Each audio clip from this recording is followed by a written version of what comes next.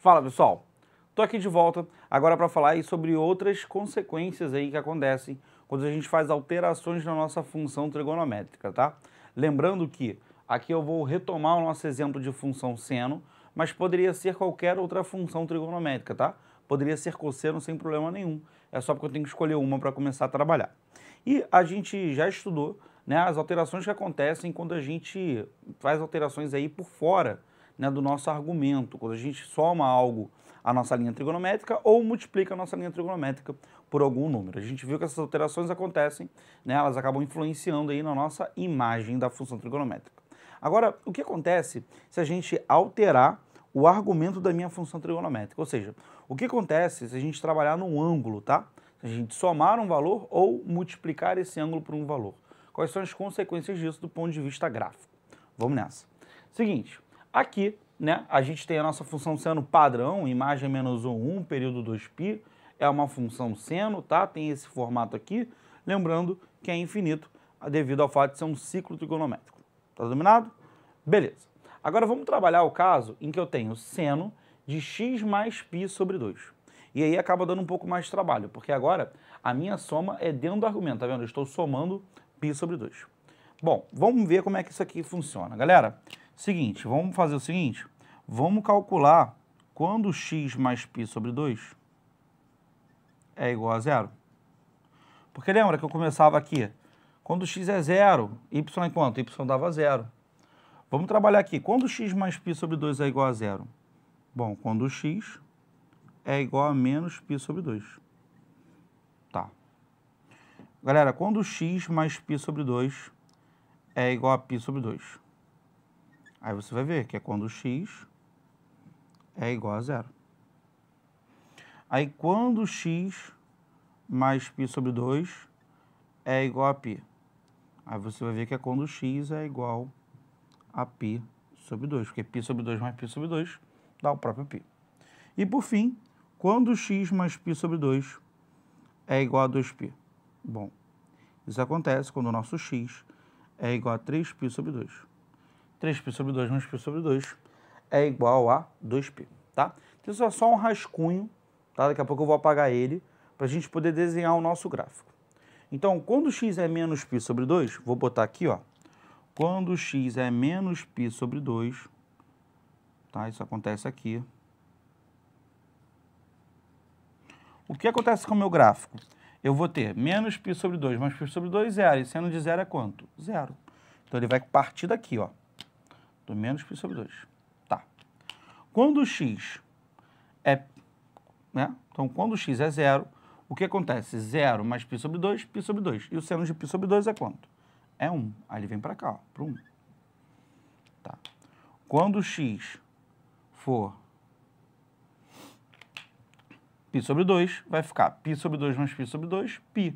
Seno de π volta a ser zero. Quando x for π, o que acontece, galera? Bom, π mais π sobre 2, 3π sobre 2. Seno de 3π sobre 2, menos 1. Aí ele vai vir aqui para baixo, ó, para o menos 1. E quando x for 3π sobre 2, a gente vai ter 3π sobre 2 mais π sobre 2, 2π. Seno de 2π, zero. Então, reparem que o comportamento do meu gráfico, e agora eu vou apagar o meu rascunho, que a minha ideia era só a gente descobrir o valor de x, né? Então, quando x é menos π sobre 2, isso aqui vai dar zero, e seno de zero é zero. Quando x for zero, vai ficar π sobre 2 aqui dentro, o seno de π sobre 2 é 1. E aí, a brincadeira basicamente é ligar esses pontos e formar o gráfico da nossa função trigonométrica composta, tá?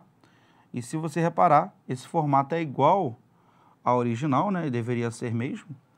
Porém, eu fiz uma pequena alteração em relação ao gráfico que a gente tinha anteriormente, né? Se você reparar, esses dois gráficos continuam variando no mesmo intervalo, entre 1 e menos 1, tá? Então, a amplitude deles não foi alterada. Além disso, o período deles também não foi alterado, porque entre π sobre 2 e 3π sobre 2, a gente tem um ciclo completo. Esse ciclo completo leva 2π radianos aí, tá? Então, nosso período, ele continua sendo π sobre 2. Entretanto, como a gente pode observar, o nosso gráfico ele teve sim uma alteração no comportamento dele. E que alteração foi essa? Bom, quando a gente soma um valor aqui dentro, a gente faz com que o gráfico ele retorne π sobre 2 radianos. Então, na real, quando a gente soma ou subtrai um valor aqui dentro do argumento, a gente vai fazer um deslocamento horizontal. A gente vai jogar ele para frente ou para trás, tudo bem? Só que geralmente vai no sentido contrário do que você pensaria intuitivamente. Se eu somo, o meu gráfico é arrastado para trás. Se eu subtraísse, o meu gráfico seria jogado para frente, tá?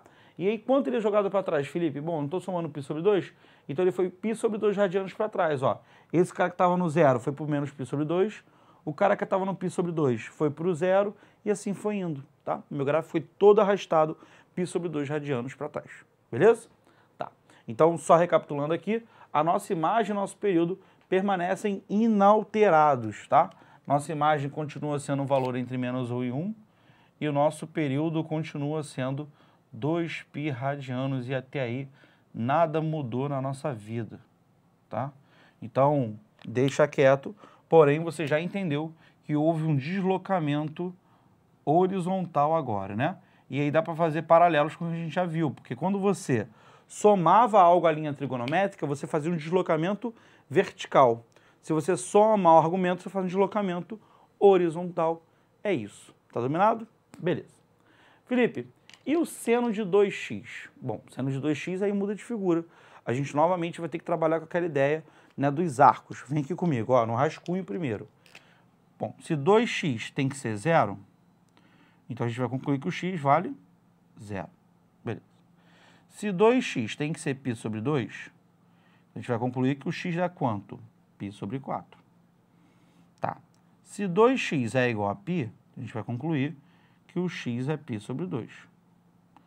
Se 2x é igual a π sobre 2, 3π sobre 2, perdão, então a gente vai ver que o x é 3π sobre 4. E para finalizar, se 2x é igual a 2π, a gente vai concluir que o x é igual a π. Então, qual é o papo aqui, né? Eu vou traçar esses pontos, que é o zero, tá? A nossa origem maravilhosa. Depois o π sobre 4. Depois o π sobre 2. Depois o 3π sobre 4. E por fim, mas não menos importante, o nosso π. E eu quero que você repare o seguinte, vou apagar o meu rascunho, tá? Eu vou colocar esses valores dentro lá da minha função trigonométrica e vou ver qual a imagem de cada um desses valores. Então vai ficar assim, ó. Veja, se o x for zero, 2 vezes 0 dá 0, e seno de 0 continua sendo 0, ok? Se o x for π sobre 4, 2 vezes π sobre 4 dá 2π sobre 4, que é π sobre 2. E seno de π sobre 2, a gente sabe que é 1. Então já sei que esse cara está aqui em cima, ó.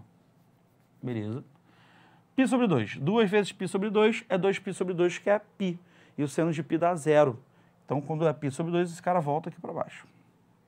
3π sobre 4 fica 2 vezes 3π sobre 4, que dá 3π sobre 2. E o seno de 3π sobre 2 é menos 1. E aí, para finalizar, se a gente pensa no π, 2 vezes π é 2π, e o seno de 2π é igual a 0. Então, reparem que agora o meu gráfico, ele vai ter esse comportamento aqui, ó. Ele vai lá, né, no 1, depois vai no menos 1 e depois volta. Lembrando que esse comportamento ele se repete. Tá. E repare que interessante, né? Parece, e fica muito claro pra gente, se a gente continuasse aqui, né? Aqui seria 3π sobre 2 e aqui seria 2π, que o meu gráfico está terminando muito antes do que ele costumava terminar, né? Ou seja, eu levei menos tempo para que ele completasse um ciclo completo, tá? Para que ele fizesse toda uma rotação. Então, nesse caso, eu tive uma alteração no que eu chamo de período, tá? Veja, meus limites, eles continuam sendo o mesmo, tá? Eu continuo tendo o valor máximo 1, valor mínimo menos 1. Eu continuo tendo essa amplitude aqui. Isso não se alterou, isso não foi alterado, tá?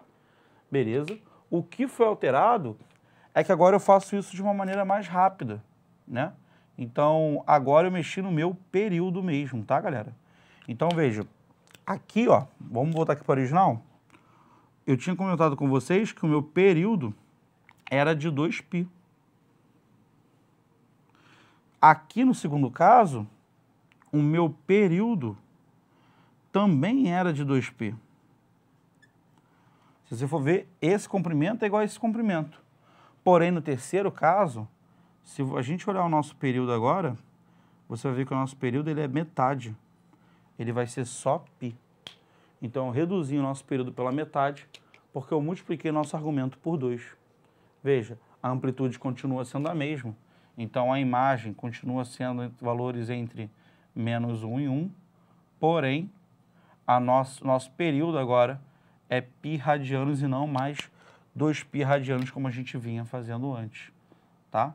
Então, isso aqui foi alterado. Olha que maravilha, né? Então, quando eu multiplico dentro do nosso argumento, a gente faz uma alteração ali do período, que é justamente transformar ele em π radianos, né? A gente multiplicou por 2, dividiu ele pela metade. Se eu multiplicasse ele por 3, eu ia dividir o período por 3 e assim vai indo. E a ideia é, se você multiplica dentro do argumento, a função faz o ciclo de maneira mais rápida. E se é de maneira mais rápida, o período diminui, tá? Faz algum sentido se você parar para pensar, tá? Então, essas duas alterações são duas alterações que eu faço dentro do argumento, né? Que eu faço na minha variável mesmo, e não mais na minha linha trigonométrica. Se quando eu somava na linha trigonométrica eu fazia deslocamento, né, vertical, agora que eu somo dentro do argumento eu faço deslocamento horizontal. Quando eu multiplicava a linha trigonométrica eu mexia na amplitude, né? Eu fazia que ela ficasse o quê? Mais esticado ou mais achatado. Agora, se eu multiplico dentro do argumento, eu também faço isso. Mas agora do ponto de vista o quê? Do ponto de vista horizontal. E aí, se eu estico ou achato ele, eu mexo justamente no que a gente chama de período. Tá dominado? Beleza, galera. Então, esses são os outros dois casos que a gente precisa saber, tá? E aí, na próxima aula, a gente faz aí um resumo, a gente vai dar uma sintetizada aí de tudo que pode acontecer dentro da minha função trigonométrica composta. Valeu, galera. Até a próxima.